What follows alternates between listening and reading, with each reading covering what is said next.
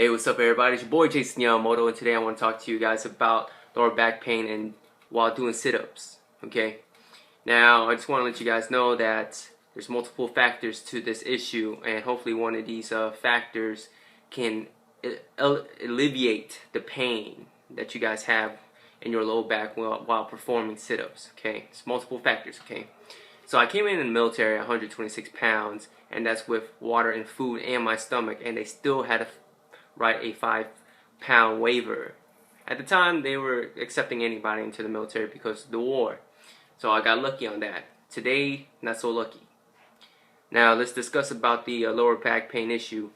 So as I was, training to do sit-ups in the military, I noticed that I was so skinny that my bone would strike on the ground, and that would cause lower back pain, right? And not only that, I didn't really train in sit-ups. As a matter of fact, when I started doing my sit-ups, I've always had this weird arch when coming up, right? I'm pretty sure most of you guys have this particular arch. What they tell you is that your hand must be behind your back, interlocked, of course, right?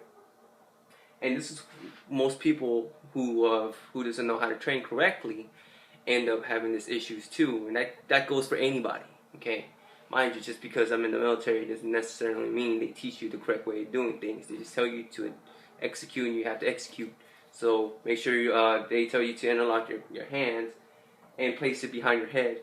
So we're like this, right, on the ground. And if you're laying on the ground, you're 100% straight, right?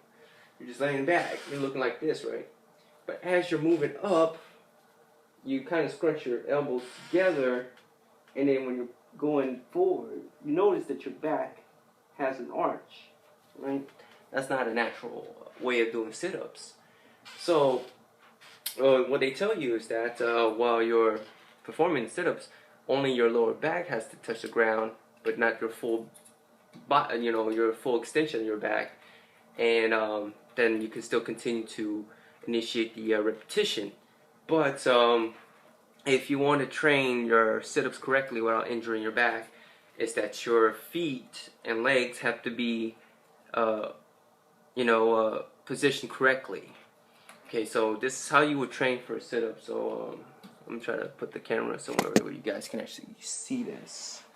Okay, alright, I'm just gonna move my chair real quick. Alright, sorry for the mess, guys. Now let's check it out. Alright, so make sure your knees are at a 90-degree angle, okay, when you're doing this. And what I was telling you guys earlier is that there's this arch. You see this arch right here. See the difference between locking your back out and having an arch? This arch will eventually cause that lower back problem. So when you're interlocking your hands and together and behind your head, you have to do the full extension. And then when you're moving up, try to lock out a straight back by looking upwards, like in this direction, upwards, right? Most people will look down when they're doing their sit-ups. This would be the traditional fucked up looking sit-ups. When you're going up, you're looking down versus up. See what I'm saying? See the difference? So when you're performing your sit-ups, make sure your hands are somewhat interlocked and you're looking up the whole time. Look up, not down. Just look up. And this is how you would train. This is how you're going to train. Okay? Definitely, if you can, try to train this way before you do your APFT. Okay? You don't want to go straight into APFT and train a different and perform a different version of the sit-ups that you've just now witnessed. Okay?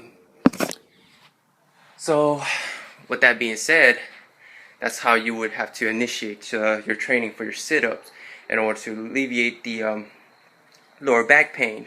Now, also, if you have lower back pains, there's other issues as well. You may have issues prior to the sit-ups. If you might actually let me put this right here. I've made videos about this already, about different positions of your spine.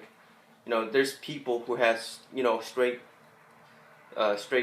physical positions, and there's people who looks like this, and then there's people who looks like this. I've seen guys who walks like this. I'm serious. Like their backs are like kind of like this, and there's guys who stick their butt out and they walk like this, like a penguin. Hopefully no homo. Okay, I want you guys to look at my ass or anything. But that's how they would walk, and normally that's associated with lower back pain. Okay, so if you have either of those two positions that you walk in, you may have to actually get a real doctor and have them look into ways in order to help you fix that issue. And there's supplemental exercises that could help you fix that, the lumbar region. And you could do you know, deadlifts. That's if your doctor, you know, approves it, because deadlifts is not really all good for a certain amount of people. Okay, not everybody can do deadlifts. Not everybody is not allowed to do squats. Okay, I mean, you can do a squat, but the way that some bodies are formed, it could create more problems than help it. So that's something that you got to look into. That's where you got to talk to your doctor about. Everybody's case is a little bit different, and if you've been having prior lower back issues, and it's not because of sit-ups, there actually might be some real issues with your spine, and the disc that is in between your spines, is this little donut jelly looking thing that's embedded in each part of your spine. You know, just imagine a block, and each block, right, is stacked on each other, and in between these blocks that are stacked, there's this little round disc jelly in there, and it could be also sticking out as well. So, and that's from, you know, previous training or previous activities you done with your friends, hiking, something wasn't right, and by you performing a sit-up, there could be a sign that there could be an actual issue with your lower back. So it's something you have to go look at and request an MRI or something like that. If not an MRI, a full X-ray exam on your lower back. But that's something that you have to discuss with your doctor. Okay. Now, anyways, hopefully this video helped you out when it comes to lower back pain and sit-ups. All right, it's your boy Jason Yamamoto, and I'll talk to you guys later. Nice. Breathe.